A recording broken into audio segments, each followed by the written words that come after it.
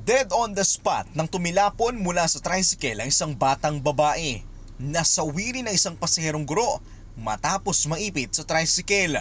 Sugatan naman ang tatlong ibang sakay, kabilang na ang driver, ang ka-live-in partner nito at ang isa pa nilang anak.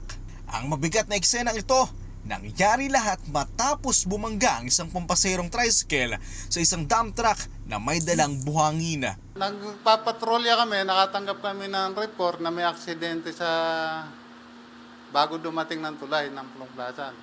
Ngayon, rumisponde kami, nadat na namin doon. Isang bata, nakatihaya na, patay na. Yung driver nasa gilid. Yung apat nakatihaya, yung isa nakaipit sa motor. Wasak at yupi-yupi ang tricycle, lula ng mga biktima. Sakay ng tricycle ang pamilya ng driver at may isa silang pasahero na isang guro na nasawi nga sa tindi ng pagkakabangga.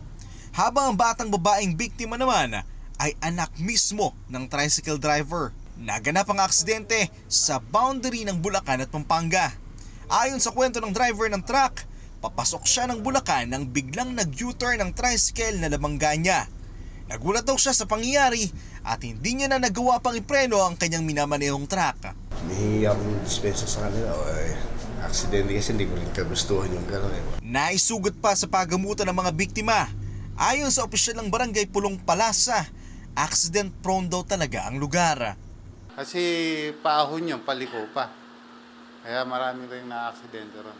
Pero may sapat namang mga signboard bilang paalala sa mga motorista. Kailangan konting ingat sa karsada, lalo na pag umuulan, saka siguro yung lasing, huwag nang nagdadrive. Posible namang maharap ang driver ng truck sa patong-patong na kaso ng reckless imprudence resulting to multiple homicide, multiple injury, and damage to property.